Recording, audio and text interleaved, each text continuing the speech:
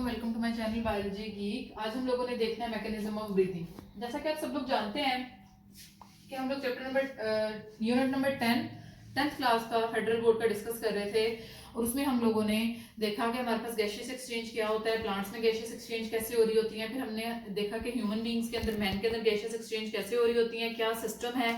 हमने whole respiratory system को discuss कर लिया है। अब आज हमने उसका मैकेनिज्म डिस्कस करना है कि हमारे पास ब्रीदिंग जो है वो कैसे हो रही होती है, रेस्पिरेशन कैसे हो रही होती है, पल्मोनरी वेंटिलेशन जो है वो किस तरह से हो रही होती है। ये सारा मैकेनिज्म, ये सारा फिनोमेना हमने आज की क्लास में डिस्कस करना है। बात करेंगे मैकेनिज्म ऑफ ब्रीदिंग की कि हम कैसे ब्रीद कर रहे हैं। जो मैं एयर को इनटेक कर रही हूँ और कार्बन डाइऑक्साइड को आउटटेक या एक्सहेल कर रही हूँ, ये सारा मैकेनिज्म टू प्रोसेसेस के ऊपर क्या कर रहा है, कॉम्प्राइज कर रहा है। That is the intake of air और outtake of air. Intake of air में हमारे पास जो बेसिकली हम एयर इनटेक कर रहे हैं दैट इज द ऑक्सीजन, और आउटटेक ऑफ एयर में जो चीज एक्सहेल कर रहे हैं that is basically the carbon dioxide.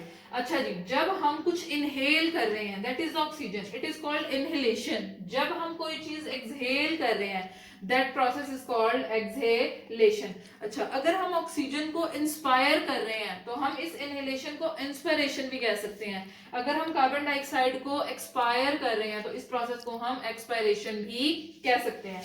तो एक्सहेलेशन को आप क्या कह सकते हैं, इसका सेकंड नेम क्या है, एक्सपायरेशन, और इनहेलेशन का सेकंड नेम क्या है, इंस्पायरेशन। तो हम कहते हैं कि ऑक्सीजन को इनटेक करना और कार्बन डाइऑक्साइड को एक्सहेल करना is the process, is the basic mechanism of breathing. यानी कि टू स्टेप्स में comprise, inhalation and the exhalation, inspiration या फिर एक्सपायरेशन।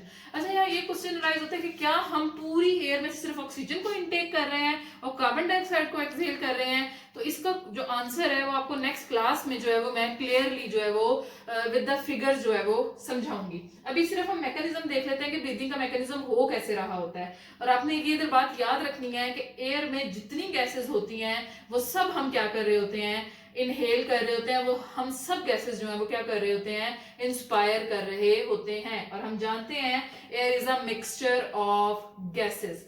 अच्छा जी, इनहेलेशन को स्टार्ट करते हैं। आपको याद होगा लास्ट टाइम हमने पढ़ा रेस्पिरेशन सिस्टम, नॉस्ट्रिल, नॉस्ट्रिल के अंदर हेयर, म्यूकस, सीलिया, उसके बाद हमारा ट्रैकिया, ट्रैकिया से हमारे पास रिब्स, उसके बाद लंग्स, और ये हमारा क्या था, डायाफ्राम, जिसने थ्रेसिक कैविटी को एब्डोमिनल कैविटी से क्या किया हुआ है, सेपरेट किया हुआ है। और हमने पढ़ा था कि हमारा जो डायाफ्राम है that is the dome shape structure, गुंबद की तरह इसकी क्या होती है, स्ट्रक्चर होती है, रिलैक्स फॉर्म में है। जैसे ही हम इंस्पायर करते हैं, अच्छा दूसरी बात आपको ये भी याद होगी, मैंने आपसे कहा कि आपके जो रिब्स हैं उन रिब्स के दरमियान में मसल्स मौजूद होते हैं जिनको हमने क्या कहा था, इंटरकॉस्टल मसल्स। इंटर क्या होता है, बिटवीन, इंट्रा क्या होता है, विद इन, ये आपने याद रखना है। और कॉस्टल का टर्म कहीं भी यूज होगा, इसका मतलब है कि हम किसकी बात कर रहे हैं, रिब्स की बात कर रहे हैं। वो कहते हैं कि हमारे पास रिब्स में जो इंटरकॉस्टल मसल्स हैं, जब हम इनहेल कर रहे होंगे तो हमारे इंटरकॉस्टल मसल्स कॉन्ट्रैक्ट करेंगे और हमारा डायाफ्राम क्या हो जाएगा, रिलैक्स। डायाफ्राम रिलैक्स होगा तो वो डोम शेप जो है वो बिल्कुल स्ट्रेट हो जाएगी।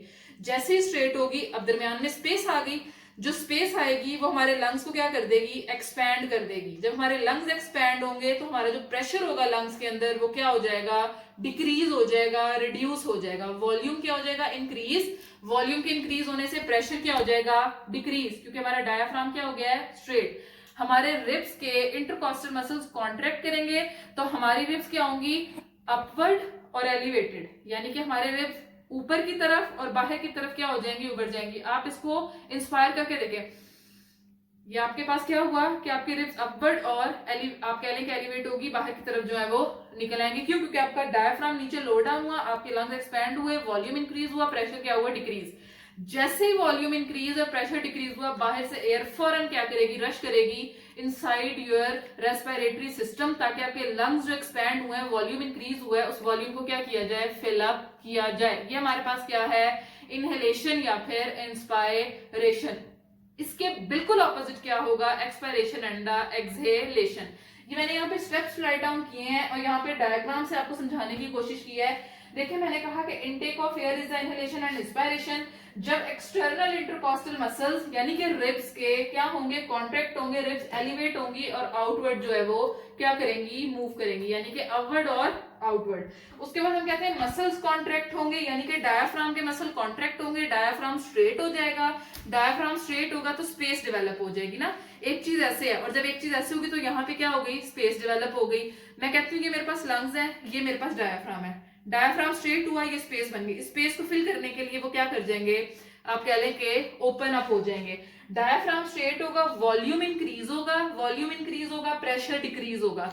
जैसे ही प्रेशर डिक्रीज होगा, एनवायरनमेंट से एयर जो है वो एंटर हो जाएगी हमारे लंग्स में, और हम क्या कर लेंगे, इंस्पायर कर लेंगे। ये देखें डोम शेप है और फिर ये स्ट्रेटन है, लंग्स एक्सपैंड कर रहे हैं, एयर एंटर हो रही है और हम इंस्पायर कर रहे हैं। बिल्कुल ऑपोजिट मैकेनिज्म होगा किसमें, एक्सहेलेशन और एक्सपायरेशन में। अच्छा जी, एक्सहेलेशन की बात करते हैं। कार्बन डाइऑक्साइड या फिर एयर का आउटटेक हो रहा है, एक्सपायर हो रही है, एक्सहेल हो रही है। हम कहते हैं इसमें पहले इंटरकॉस्टल मसल्स कॉन्ट्रैक्ट हुए, अब इंटरकॉस्टल मसल्स क्या करेंगे, रिलैक्स करेंगे। जब इंटरकॉस्टल मसल्स रिलैक्स करेंगे तो हमारे रिब्स दोबारा से क्या जाएंगे, बैकवर्ड और डाउनवर्ड, यानी कि अपनी ओरिजिनल पोजीशन में। इंटरकॉस्टल मसल जैसे ही रिलैक्स करेंगे हमारे रिब्स बैकवर्ड और डाउनवर्ड जाएंगे, हमारा डायाफ्राम रिलैक्स करेगा, डोम शेप में आ जाएगा। जैसे ही ये लंग्स एक्सपैंड हुए थे, ये स्ट्रेट था, इससे सारी स्पेस ऑक्यूपाई कर ली, जैसे ये डोम शेप में जाएगा हमारे लंग्स दोबारा क्या हो जाएंगे, आप कह लें कि उनका वॉल्यूम डिक्रीज होगा। वॉल्यूम डिक्रीज होने से उनका प्रेशर इंक्रीज होगा, तो जो एक्स्ट्रा एयर होगी वो क्या हो जाएगी, एक्सपायर हो जाएगी, एक्सहेल हो जाएगी या आउटटेक ऑफ द एयर हो जाएगा। तो मैंने यहाँ क्या कहा, इंटरकॉस्टल मसल रिलैक्स करेंगे, डायाफ्राम रिलैक्स करके डोम शेप में आ जाएगा। उसके अलावा वॉल्यूम डिक्रीज होगा, एयर जो है वो क्या होगा, पुश कर दी जाएगी आउटवर्ड इनटू द एनवायरनमेंट, जिसमें बेसिकली क्या होगा, कार्बन डाइऑक्साइड। और रिब्स में क्या चेंज आएगा कि रिब्स हमारी डाउनवर्ड और बैकवर्ड जो है वो क्या कर जाएंगी, मूव कर जाएंगी। ये होता है बेसिकली हमारी बॉडी में मैकेनिज्म ऑफ ब्रीदिंग। ये है बेसिकली कि हम किस तरह से रेस्पायर कर रहे हैं। ये है वो मैकेनिज्म जो 2 स्टेप्स पे कॉम्प्राइज है, और वो 2 स्टेप्स इस तरह से टेक प्लेस हो रहे होते हैं। आप लोगों ने इसको जिस तरह मैंने आपको क्लास में बताया, अभी लेक्चर में बताया, इसको इसी तरह से अगर याद रखेंगे तो आप एक ही दफा बुक पढ़ेंगे तो आप लोगों के लिए ये चीजें जो है वो बहुत ज्यादा क्लियर हो जाएंगी। आप लोगों ने मेरे चैनल को लाजमी लाइक शेयर और सब्सक्राइब करना है, वीडियो को कंप्लीट देखना है ताकि कोई भी कॉन्सेप्ट, कोई भी चीज जो है वो मिस ना हो। लाइक करें, कमेंट करें, शेयर करें, सजेशन जरूर दिया करें, और अगर कोई क्वेश्चन हो तो भी वो कमेंट में पूछा करें। Thank you.